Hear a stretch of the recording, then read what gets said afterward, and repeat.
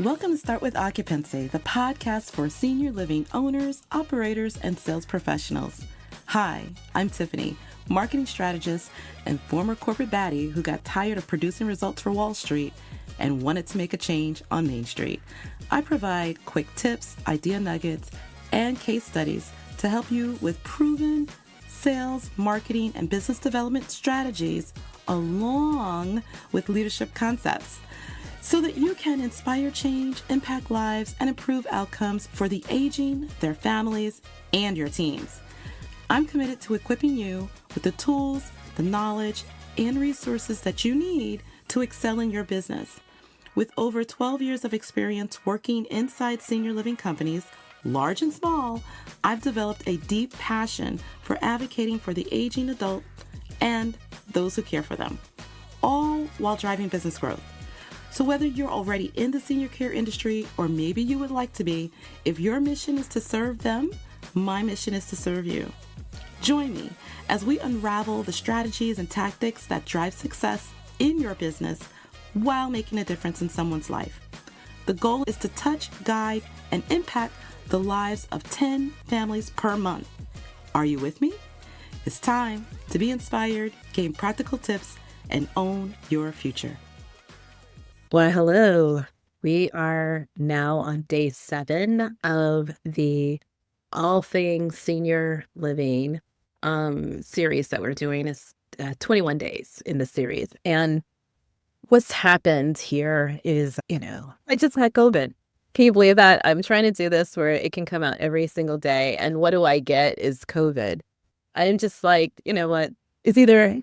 And I keep saying that. It's God, are you trying to tell me something? As soon as I think he is, and somebody's like, I love what you're doing. And so it goes round and round. And so all I can say is the challenges of life.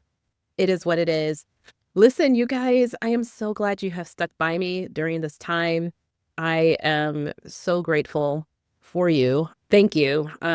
This podcast is definitely in my heart to do. I wish I could just work faster. That is the only thing about all of this that I am just like, oh my God, can I not work any faster?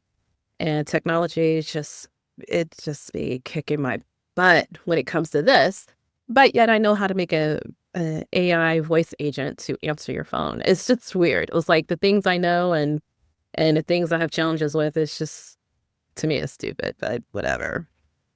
What I'm trying to do is plow through the series, and the goal was always to have it 20-25 minutes for each segment. So I can give you what you need, give you practical tips, have you, go through it and then punch out, right? And none of it has ever happened in any of the series. This is always I go over. So this time I didn't write as many notes. I'm hoping to get through this within a 30-minute time frame. So by the time I do editing, it'll be back down to the 25 minutes. But I want to hear from you. Let me know. Do you wish for it to be longer and more detailed, or do you wish for it to be shorter nuggets and moving forward, fast, furious pace? And as always, I would love for you to subscribe to the podcast. I would also love for you to DM me a screenshot of you listening to the podcast. You can do it of yourself, a selfie shot. Tell me the name of your community that you work with or that you own. And I would love to have the opportunity to shout you out on the podcast. What we're talking about is personalized activity programs that resonate with prospective residents.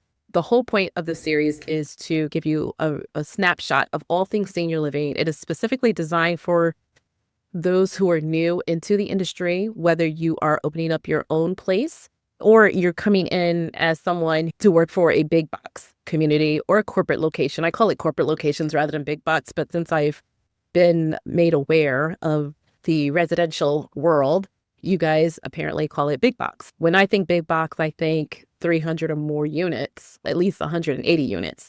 That's to me big box because that's what we call it, an assisted living or an independent living or whatever have you. So it's really interesting how words are used. What we're talking about, again, is personalized activity programs. And this is so important because there are two things that the actual resident looks forward to when they move into a community.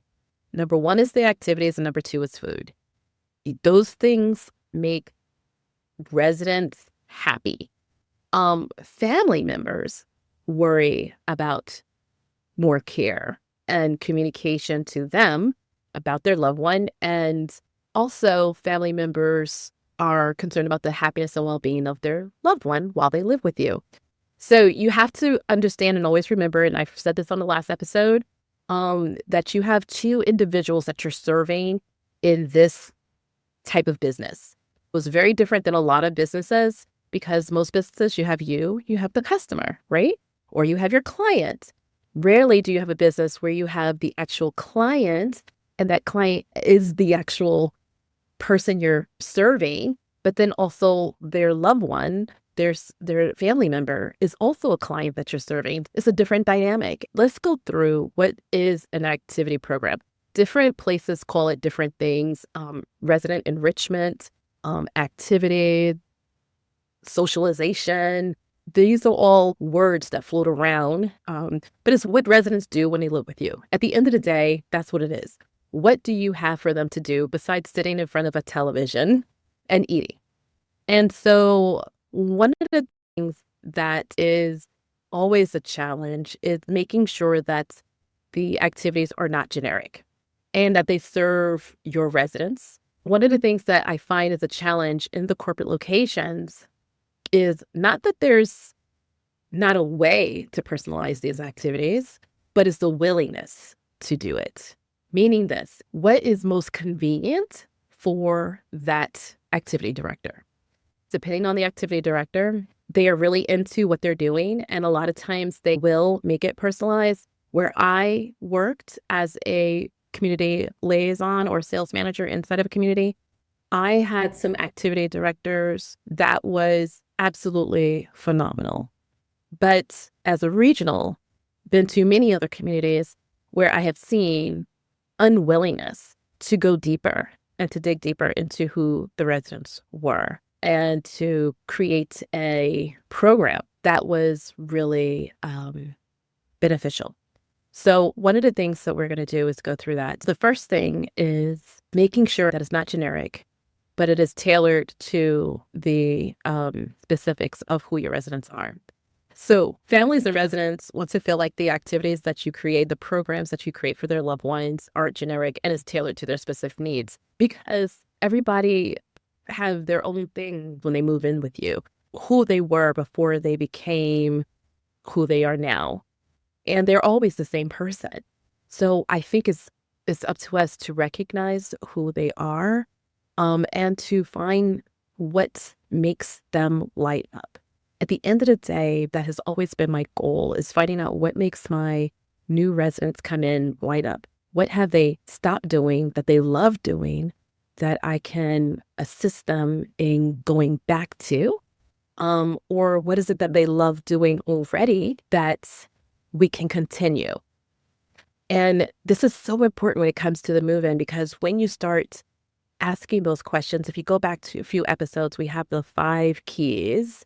And one of those 5 keys is their legacy. And their legacy is learning all the things about them. It's either their legacy or their life story, depending on who you are and how you call it. But that is understanding who they are as a person. And then are we creating a program when they move in with us to honor who they are right now and the things that they like to do? And sometimes this is a delicate balance because you have so many different people, so many different personalities. But usually you can find something that's core with everyone, or you can break people up into smaller groups, even in a smaller home, and have maybe 2 people who like crafts over here doing crafts. Then you might have 2 people over here who love doing crossword puzzles and have their own little book club. You can have 2 people over here who really enjoys trivia. Like, you can create that environment no matter how big or how small you are.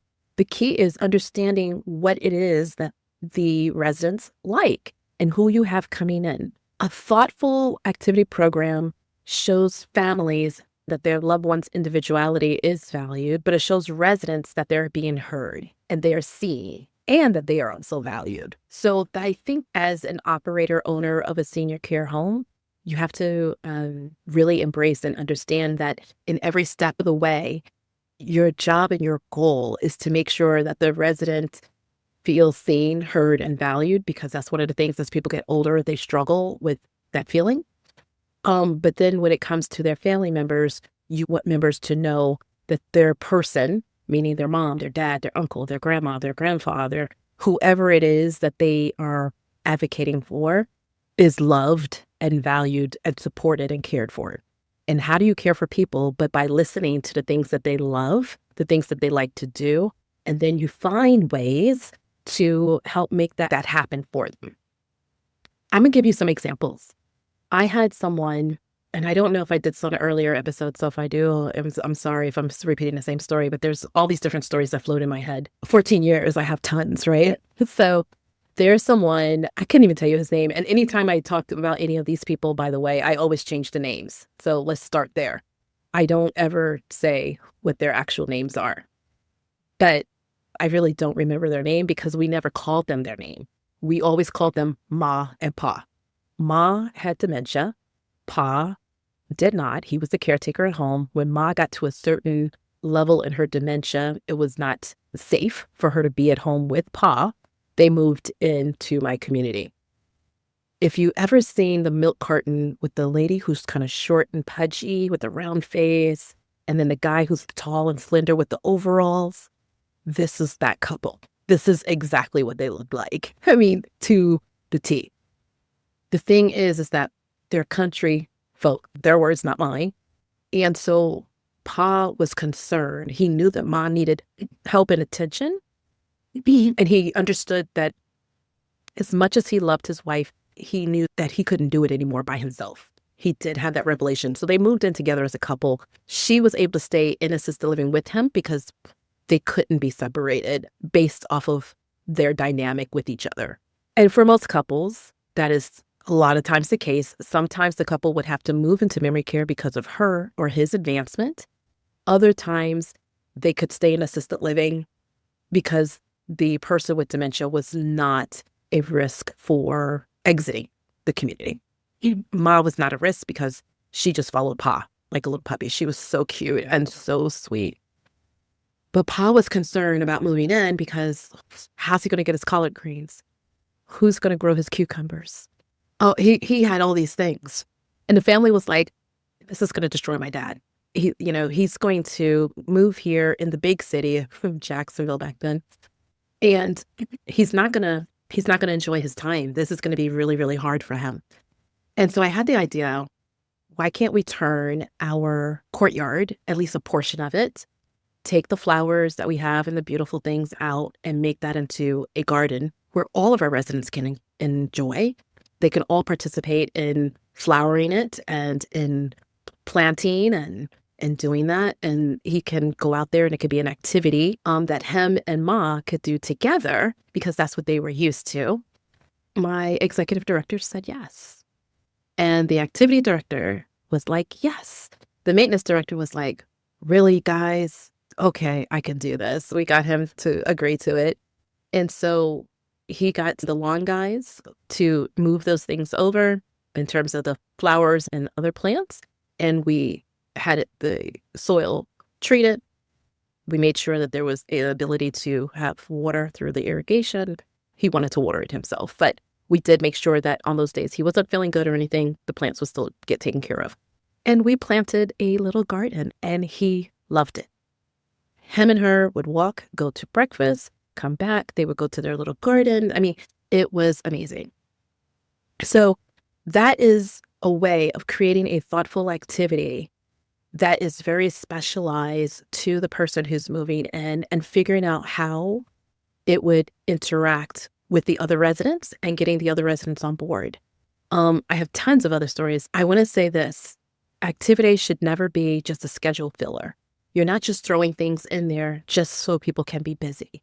You're not throwing things in there just so you can check a box. You're not just there just to have it so it can look good for a family. And then in the end, the person is just sitting there watching Wheel of Fortune and The Price is Right and Jeopardy. We are here to really impact lives. And how do you impact lives when they're just sitting there? We all have a business to run. We all do that. And I understand that. but this is a part of the business. I will say that your programming for activities is the window into your community soul. I really do feel like that. There are some communities I follow on their Facebook page, and when you have an active and engaged community, what happens is that you get to highlight and show that, and there will be family members who will check your community if they call you, and they're going to look at your Facebook page to see what you have posted. They will also check the reviews.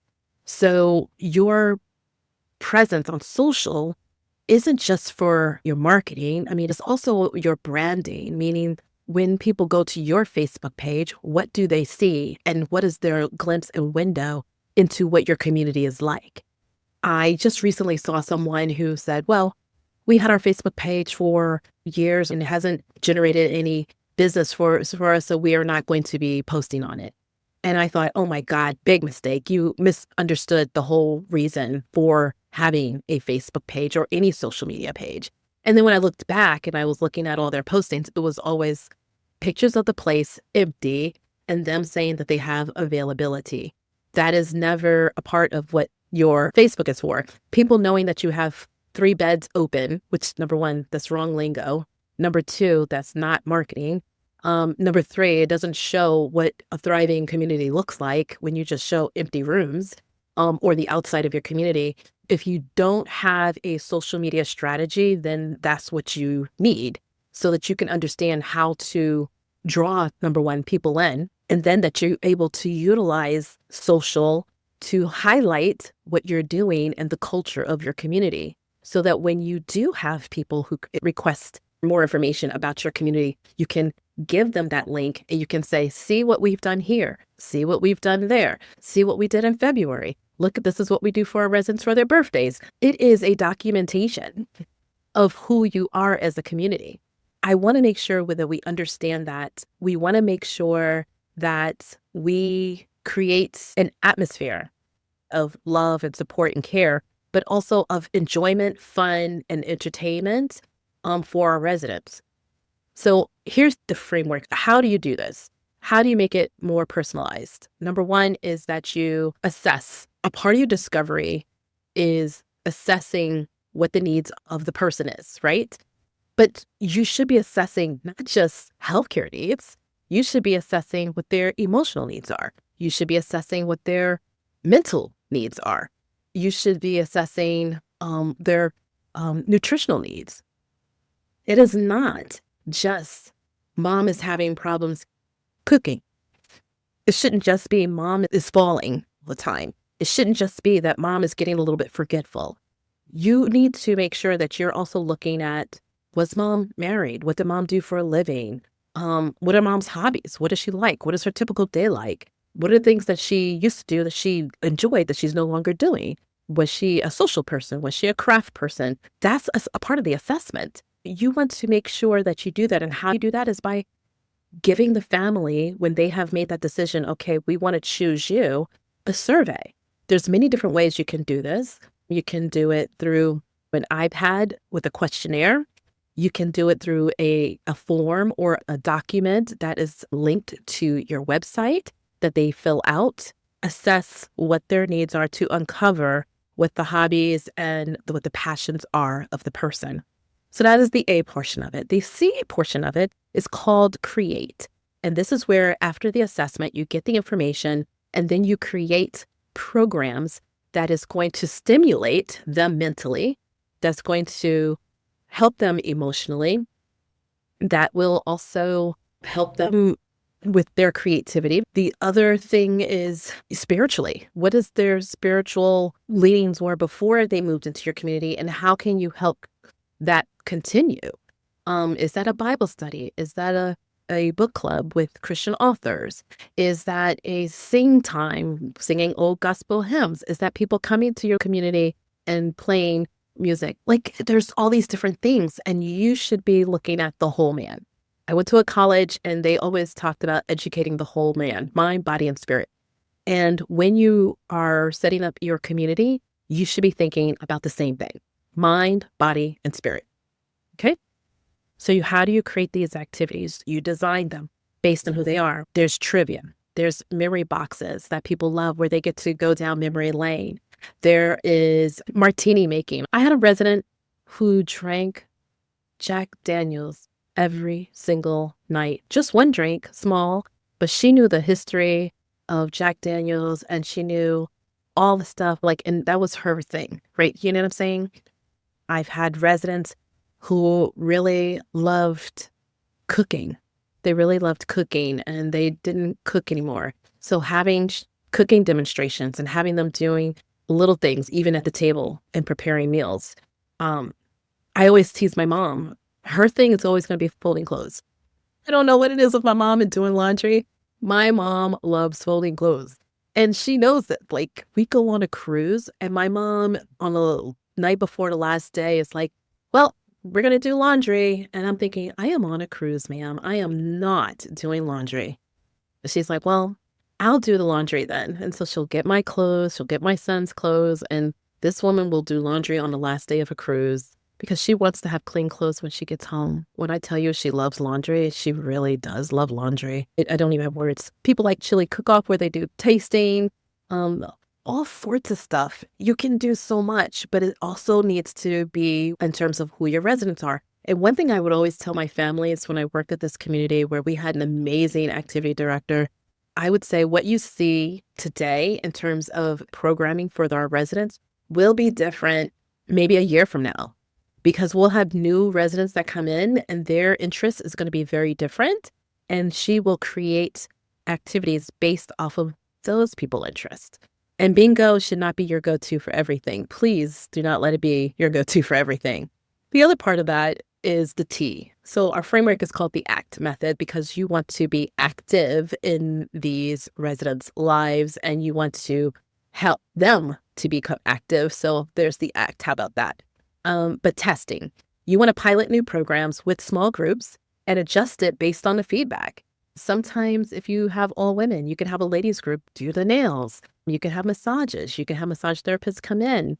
These are all little things that makes a difference. It can be the Red Hat Society coming in. There's so many things. Never limit yourself. Look at what is popular going on around you that people love.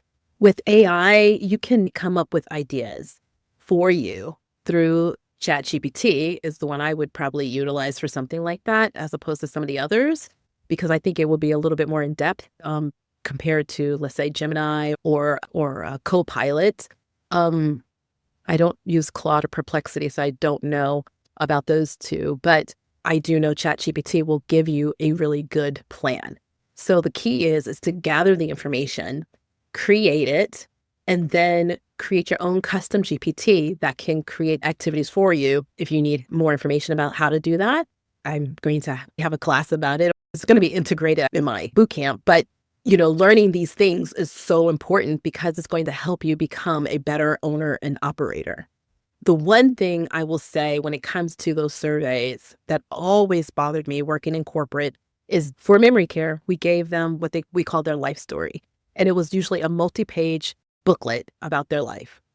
The thing is, it was always kept in memory care for the staff to interact. So they knew about the people. They also did what they call life boxes. So outside of everybody's apartment in memory care, they had a box that had the person's picture. And it was more for the resident to recognize this is my room compared to all the other rooms. So if you do run a memory care community, these are some of the things that you might want to think about doing. But I never understood why it wasn't the same in assisted living, because at the end of the day, when you have assisted living, you still have people who are helping them with showers, who's giving meds, who's, interacting in the dining room.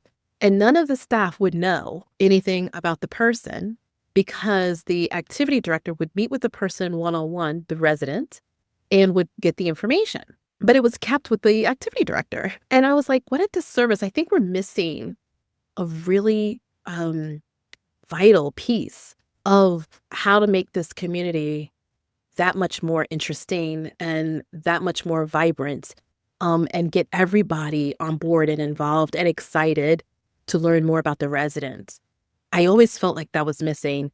So that's something that you could do in your community when you get these interest forms, these surveys, to share it with your staff. What is something that's interesting that might interest the staff to learn more about?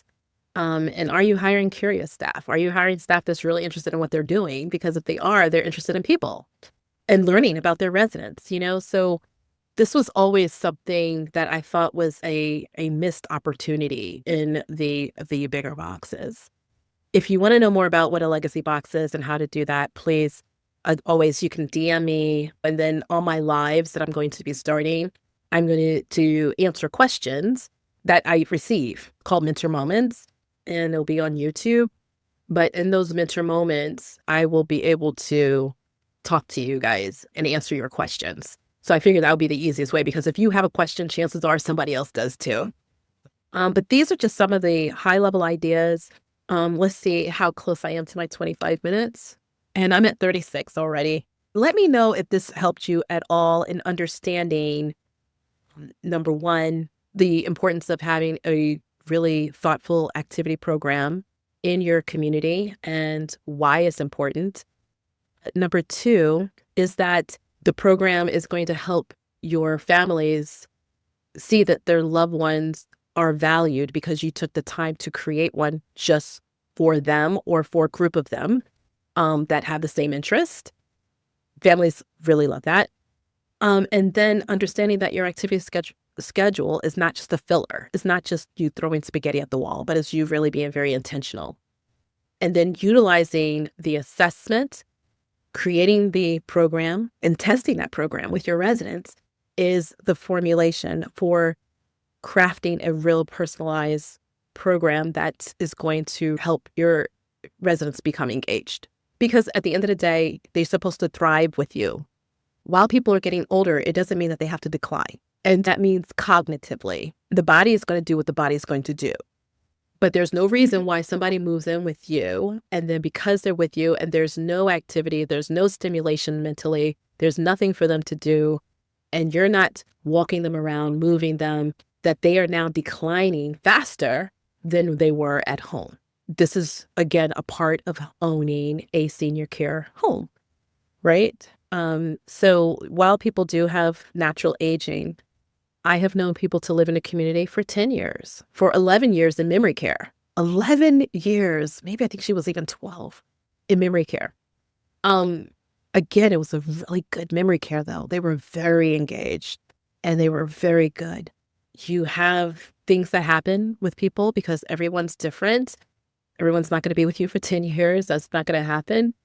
But you still want to make sure that you are giving people options, choices, and that you are doing the best work for an aging adult and their caregiving adult family member. That is what I have today. I will finish up the series day by day. I hope that we'll have some for you to binge off of over the next few days as you go into the Memorial Day weekend. If you haven't listened to the old ones, starting off on day one, go back 6 episodes, and that's where it starts. Maybe it's 7 actually, because I think I have a bonus episode in there, and just go through it. And hopefully all of this will help you as you are in the process of opening your community. But then also if you've just opened and you want to grow your community and you want to know how to do that. But then if you have a community now and you're just needing a restart, a refresher, this will be very helpful to you. All right. Well, I thank you so much for your time.